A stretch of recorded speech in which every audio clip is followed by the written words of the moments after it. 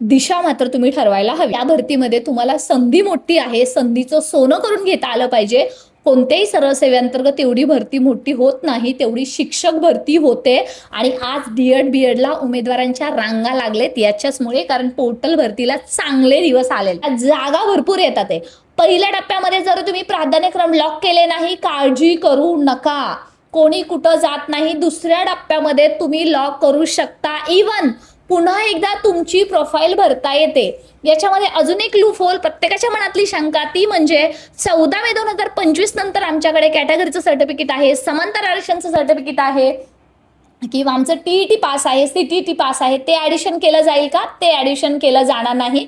तुम्ही फॉर्म भरताना पाहिलं असेल की तिथं त्या तारखेनंतरचं घेतलं जात नाही. बऱ्याच उमेदवारांनी तारीख नंतरची टाकून ते ऍडिशन केलेलं आहे, ते आता डॉक्युमेंटमधून बाद होतील. बरं, ज्यांनी असं केलेलं आहे पहिल्या टप्प्याच्या वेळेस, त्यांनी सिंपल ज्या झेडपीची जागा असेल किंवा संस्थेची असेल, समांतर आरक्षणमध्ये जर तुम्ही तारखेनंतरचं समांतर आरक्षण सर्टिफिकेट काढलेलं आहे, भूकंपग्रस्त असेल, प्रकल्पग्रस्त असेल, खेळाडू असेल, दिव्यांग असेल, अंशकालीन असेल, अनाथ असेल, महिला असेल, काही असेल, महिलांसाठी सर्टिफिकेट लागत नाही वास्तविक पाहता, त्यांनी फक्त फॉर्ममध्ये टिक केलेलं असणं गरजेचं आहे.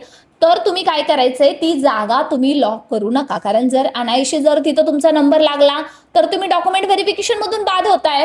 बरं, विथ इंटरव्ह्यू राऊंड मध्ये याच्या पुढची बेकार कंडिशन अशी आहे की 3 उमेदवार बोलवले जाणार आहेत, आणि तिथं जर तुम्ही डॉक्युमेंट मध्ये बाद निघाला तर काय फायदा? म्हणजे तुमची निवड होणार न होणार ती पुढची गोष्ट आहे, पण तिन्हीचे डॉक्युमेंट पहिल्यांदा पाहिले जाणार आहेत. मिळणार होतं, कुठं ना कुठं मेरिट त्यांच्यापर्यंत येणार होतं, ते सुद्धा त्यांच्यापासून ती संधी हिरावून घेतली जाणार आहे. त्यामुळे आता लॉक करताना तुम्ही डोक्याने लॉक करायचंय नाहीये. तुम्ही अगदी व्यवस्थित अभ्यासपूर्ण नियोजन करून पसंती क्रमाचं जर तुम्ही नियोजन केलं तर तुम्ही भरती होणार आहात. काळजी करू नका. जिथं तुम्हाला वाटतंय, स्वतःचं मन स्वतःशी खोटं बोलत नाही.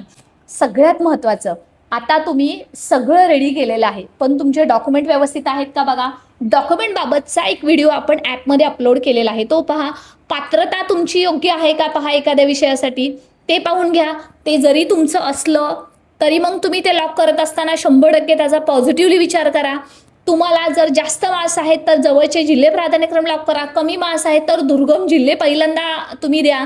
अशा प्रकारे वेगवेगळ्या स्ट्रॅटजीचा उपयोग तुम्ही करायचा आहे, आणि जेणेकरून शिक्षक होण्याचा प्रवास आहे आमच्या सोबत सुरू करा, किंवा तुमच्या सोबत सुरू. आणि काय म्हणतात ना, हा बी गेलं हुबी गेलं हाती धुपाटणं आलं, मराठीतली म्हणे. असं स्वतःची अवस्था होऊन देऊ नका. तुम्ही पहिल्या टप्प्यात जरी लॉक केले नाही, दुसऱ्या टप्प्यामध्ये पुन्हा सगळी इन्फॉर्मेशन करून लॉक करू शकता. त्याचा काय फायदा होणार आहे? मगाशी सांगितल्याप्रमाणे त्याचा तुम्हाला फायदा होणार आहे, जवळच्या जिल्ह्यामध्ये सिलेक्शन होण्याचे चान्सेस तुमचे वाढ